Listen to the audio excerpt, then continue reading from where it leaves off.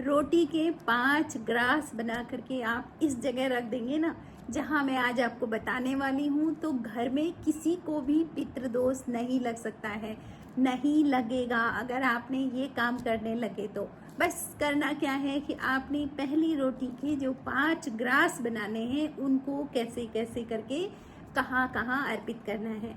जय श्री राम दोस्तों। तो दोस्तों, आज का मेरा वीडियो है कि पितृदोष को कैसे कम किया जाए।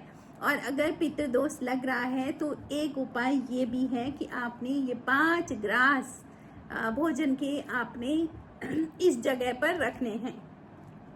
दोस्तों, रोज की तरह यदि आपको मेरा वीडियो पसंद आएगा तो मेरे चैनल को सब्सक्राइब करें, मेरे वीडियो को लाइक करें, कमेंट करें, शेयर भी करें। शेयर करने से आपका सत्कर्म बढ़ेगा, क्योंकि अच्छी जानकारी स्प्रेड होनी चाहिए। सनातन की वो बातें जो कि पहले हमारे पूर्व जन्म में हमारी दादियाँ नानियाँ ये सब करती थी, है ना। बुजुर्ग हमारे ये सब काम करते थे, लेकिन अब हम इनको छोड़ चुके हैं।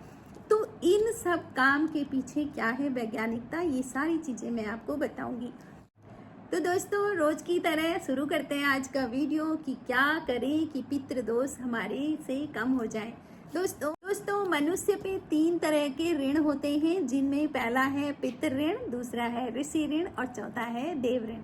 जिन से हमने जो जो चीजें प्राप्त की हैं उनके हम ऋणी हो जाते हैं। आप कभी ना भूलें, हमारे सनातन में ये बात है कि जिससे हम जो लेते हैं उसके हम ऋणी रहते हैं। ऋषियों से हमने वेद पुराणों का ज्ञान लिया है तो हम उनके ऋणी हैं। पितृ देवताओं से हमने जन्म लिया है, यहाँ पर उनका जो जीन है वो हमारे अंदर है, तो हम पितृ ऋण है, पितरों के ऋणी हैं। और देवताओं से हमें ऊर्जा मिल रही है, एनर्जी मिल रही है, जिससे हम अब चल रहे हैं, इधर उधर अपने काम कर रहे हैं, सब कुछ वो देव ऋण है, तो उनसे भी हमें मुक्ति नहीं मिल सकती। तो दोस्तों, अब क्या करें, इस ऋण से मुक्ति का बस एक ही उपाय है कि स्वार्थ नहीं परमार्थ। पुराने जमाने में जो हमारी दादियाँ, हमारी माताएं, जब चूल्हा जलता था आग में, तो क्या करते थे कि खाने का पहला कौर अग्नि में समर्पित कर देते हैं। और चूल्हे में आसान था, एकदम चूल्हे में डाला और वो पहुंच गया देवताओं के पास, और हम ऋण मुक्त होते रहे।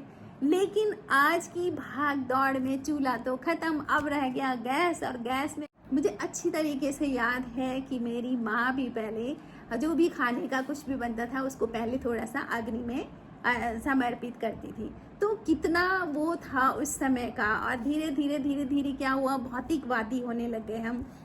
दोस्तों, पढ़े लिखे का मतलब बस नौकरी के लिए इधर उधर भागना नहीं है। पढ़े लिखे का मतलब है आप कुछ धर्म की ज्ञान की बातें पढ़ें, पुराणों को पढ़ें, वेदों को पढ़ें, शास्त्रों को पढ़ें, है ना, जिससे हमारी असल में उन्नति होने वाली है। जैसे जैसे लोग धनवान होते जा रहे हैं, वैसे वैसे लोग प्रकृति से दूर होते जा रहे हैं।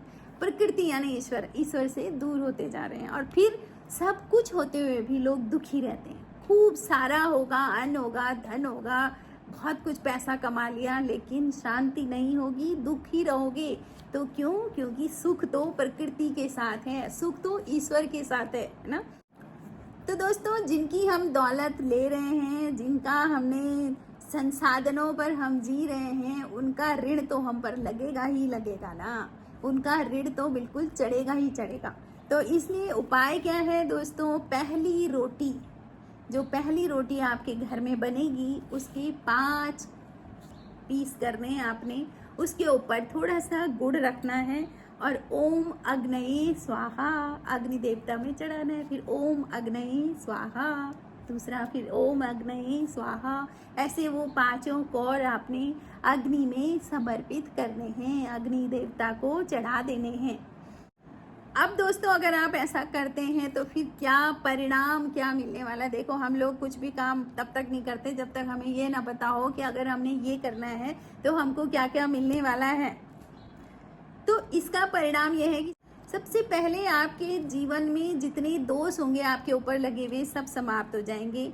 आपका जीवन खुशहाल हो जाएगा, आप तरक्की की ओर हैं। आपकी भौतिक और आध्यात्मिक उन्नति, दोनों उन्नतियां होने वाली हैं। आपके बच्चे सुखी रहेंगे, आपके कुल की भी वृद्धि होती रहेगी, यानी कि सब तरह से आप संतुष्ट रहेंगे।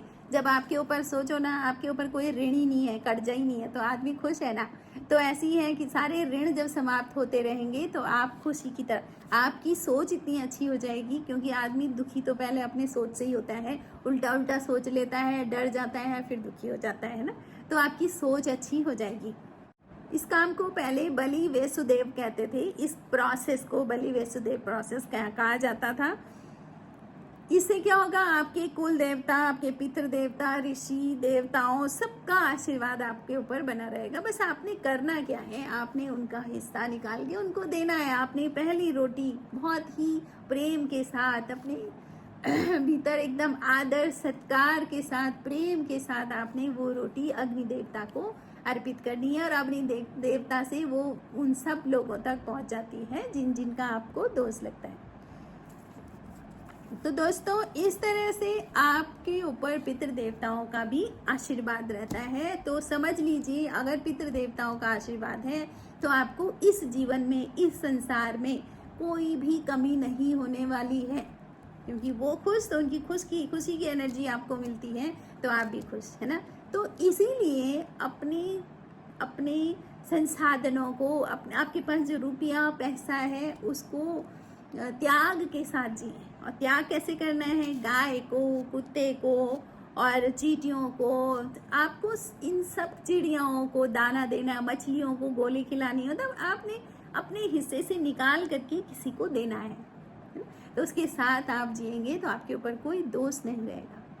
तो दोस्तों, आपको वीडियो कैसे लगा कमेंट करें। ओम अग्नये स्वाहा, इस तरह से 5 कौर पहले रोटी के आप जरूर बनाएं और उसको अग्नि देवता को समर्पित करें।